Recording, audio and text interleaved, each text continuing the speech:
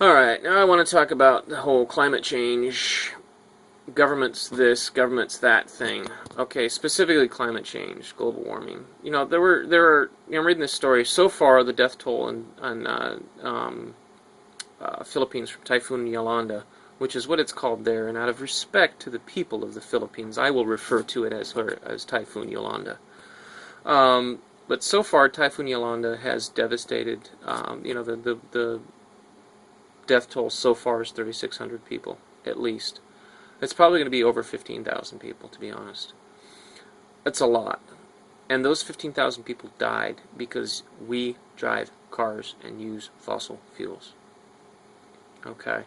Now, we're waiting, the people of the Philippines are waiting for the world powers to get off their fucking asses and do something about this. We knew about this in 1994. We knew in 1994 that our use of fossil fuels was destroying the atmosphere and the planet and causing problems, especially for third world developing nations.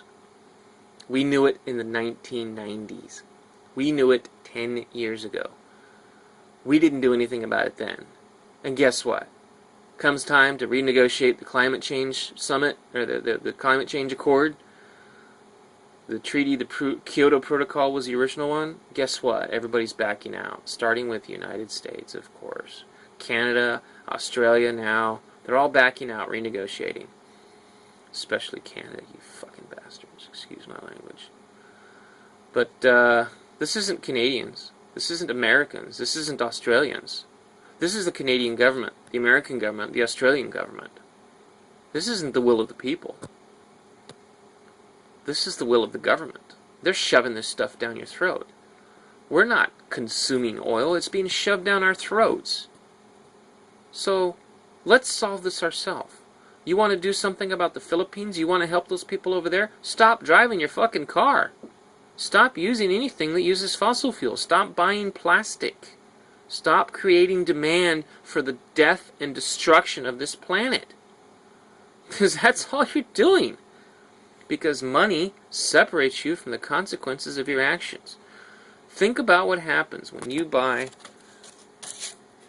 a box of index cards, for example. Just the first thing I happened to pick up. It had to be wrapped in plastic. Where did plastic come from? Oil. So you've created demand for destruction of the planet. Where did the paper come from? Paper, wood, paper mill, pulp, wood. So again, you're creating demand to destroy the planet. Okay, maybe an index card's not the best idea. A cheap disposable mouse. This one happens to be a pretty decent one because I've had it for 10 years, but cheap and disposable, bad idea. Especially buying it new. That's going to be a separate video.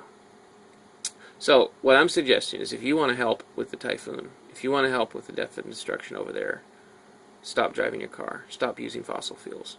If you don't, it doesn't matter how much money you give, you're still causing it. You are responsible for the deaths of those people in the Philippines. If you're still driving, if you're still using fossil fuels. Now, I am myself, but I am cutting it down as much as I can.